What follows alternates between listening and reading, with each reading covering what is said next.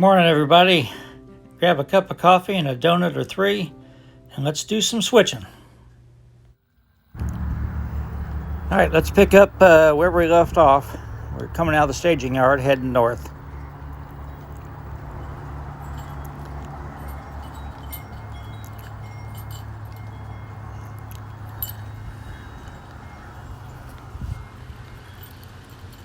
First thing we have to do is drop the train south of Route 93.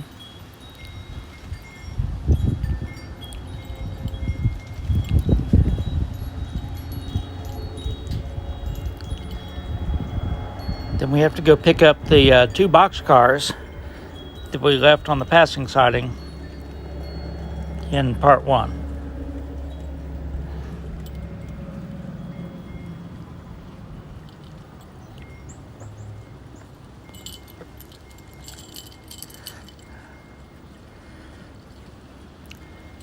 I'm on the deck, and if you hear an occasional bell, it's because Tux is up here with me.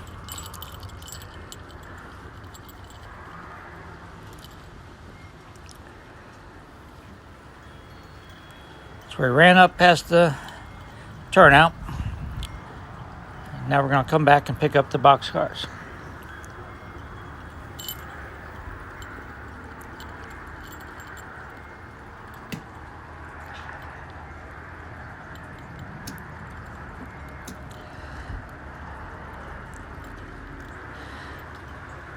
I decided to make this into a three-part series because in part three, which isn't going to involve a whole lot, just switching the scrapyard, I'm going to do some reflection on some of the problems that I had. Not only, my comment on the design of the trackage, but also some of the issues I had running trains. However, I will tell you that part one ran perfect. I didn't have any problems, didn't have to really edit anything out.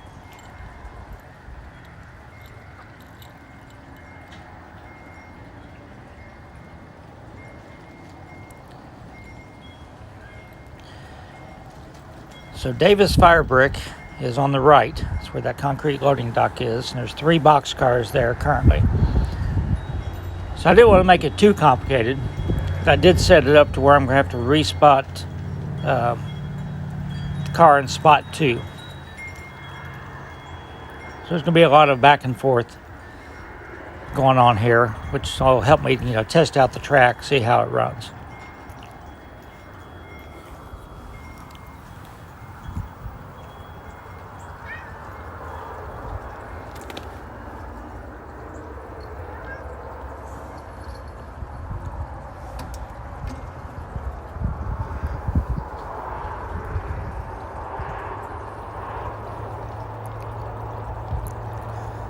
So I'm going to pull everything off the spur.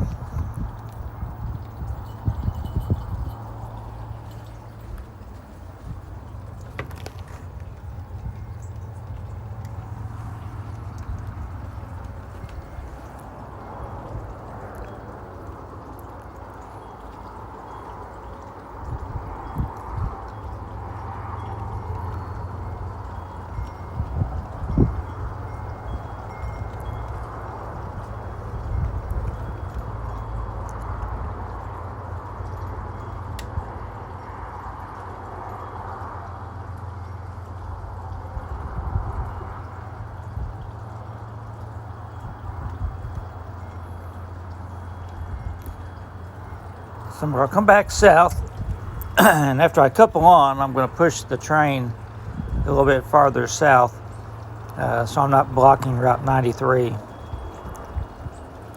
Now in real life, Davis Firebrick and Cedar Heights Clay are both on the east side of Route 93, and the main line is on the west side of Route 93, so they did tie up the town quite a bit when they were switching them out.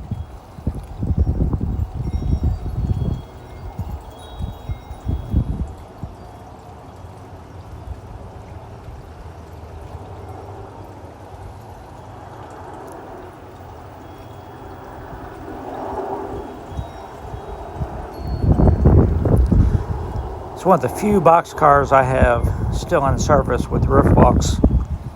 They're getting pretty scarce in the late 70s, 1980.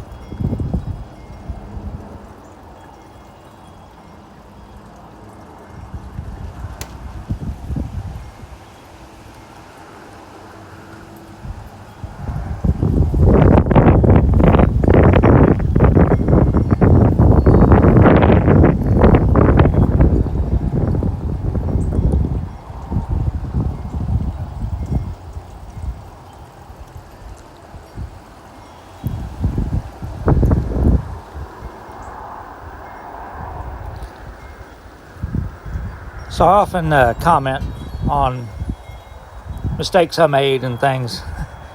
So right here, I think the railroad would have gone ahead and spotted the car all the way at the final location, because we're only talking, a couple hundred feet, and then they could have tied down the handbrake. Where I left it, they're going to have to tie down the handbrake anyhow to keep it from rolling back across Route 93. And so now they're going to have to release it before they put it in final position. So it didn't make much sense.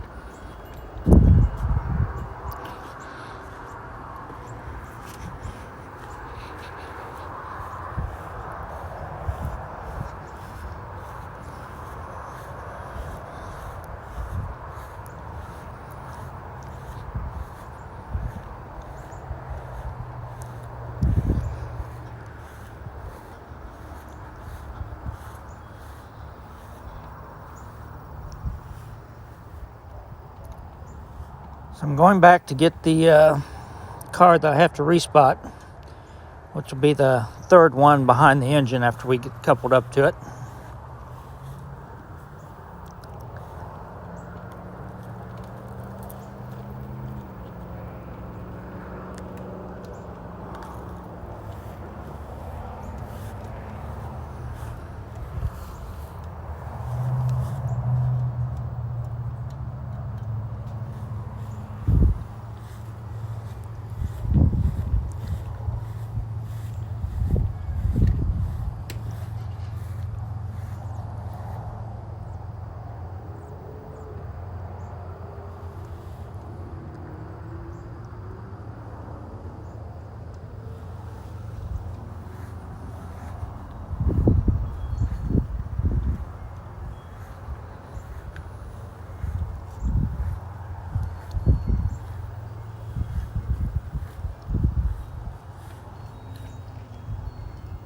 So I sort of did the same mistake here, where I think the real railroad would have coupled it to the other car, not left it hanging out here.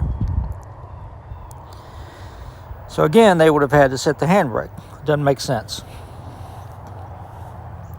This is the kind of stuff I learned from. That's why I'm doing what I'm doing here, running this trial.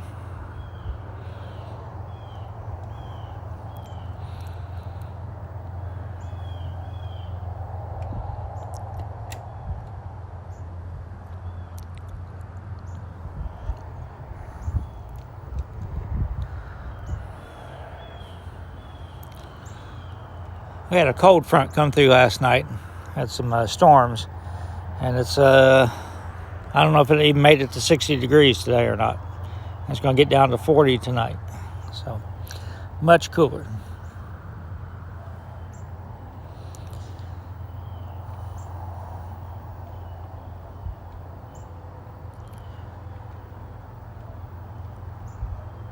So now we're going to couple up the other box car that we pulled from the spur. Then one more time, we're going to have to pull forward. The cars will be in the proper order, and we can push them on down next to the loading dock.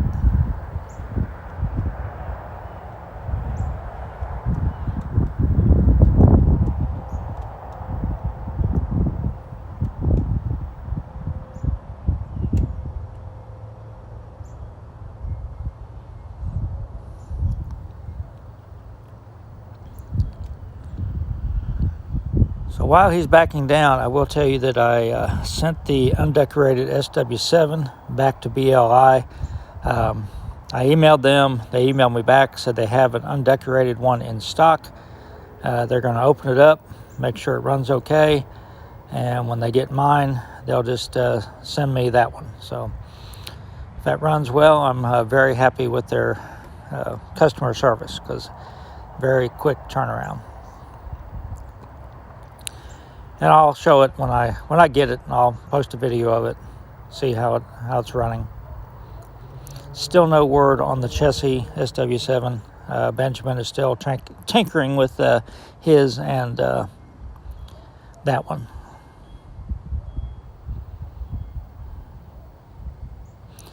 Okay, so when he pulls forward and crosses Route 93 and goes through the turnout, I'm going to end the video. Again, in part 3, I'll switch Davis Firebrick, and I'll sort of do a reflection and talk about the problems that I have. Or not Davis Firebrick, I'm sorry, the Cherokee scrap. Talk about the problems that I had.